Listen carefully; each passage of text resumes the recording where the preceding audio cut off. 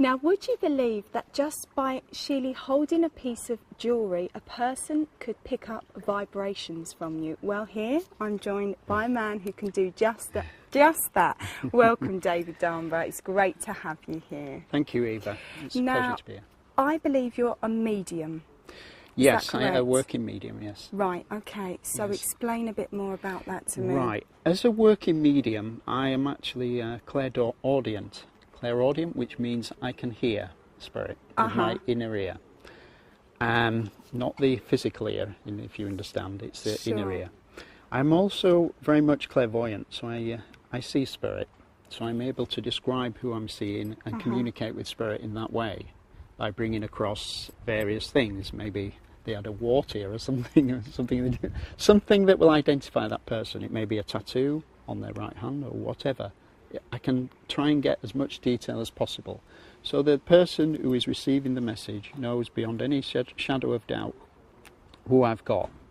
And I'm also clairsentience, which means basically that I sense spirit around me, very much so, and I sense them by feeling, by touch. It may be by energy that comes from the back or from the left side, which often happens. And I can actually physically feel that presence. And sometimes they put on the condition with which they've passed with, whether it's an heart problem, breathing problem, or they may have had problems with their leg, injuries in that way. And I can then also deliver that message to the person who's receiving it. Wow. So I just love to be able to do that. I'm sure. What a gift, yes. Thank you. Now, I understand, I mentioned earlier about holding pieces of jewellery. This is called psychometry. That's right. Okay, talk to me a bit more about that. Well, psychometry is where the object holds vibrations of the person. Now, I say first and foremost, when I ask for a piece of jewellery, it can be any object, but preferably, jewellery is a good way of holding the vibrations. And a ring, a bracelet, watch, whatever, then I take that object and I tap into the vibrations. That gives me feelings of a present state of being, or sometimes it gives me a link to the past. And that is very interesting for the person to receive that information.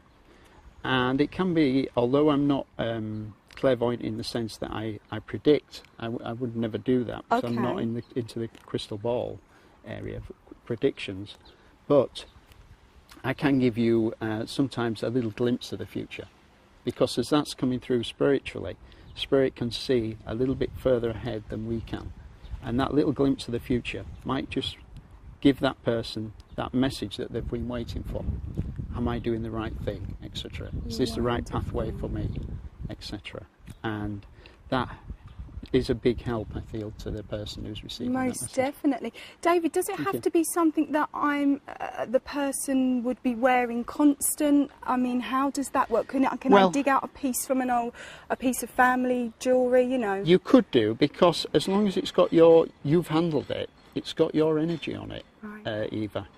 And as long as that belongs solely to you and no one else, then it links solely with the person.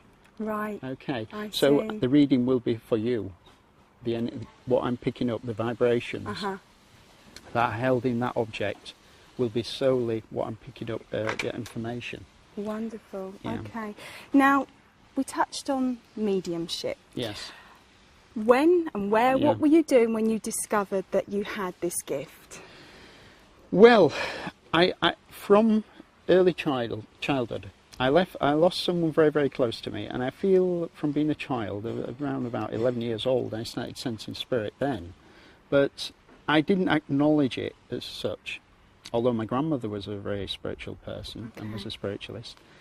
And it's often been said that it can miss a generation, the gift of mediumship. And I've heard in many cases where this has happened, where the generation before has had the spiritual gift, and it's been passed on from a grandfather, grandmother, etc.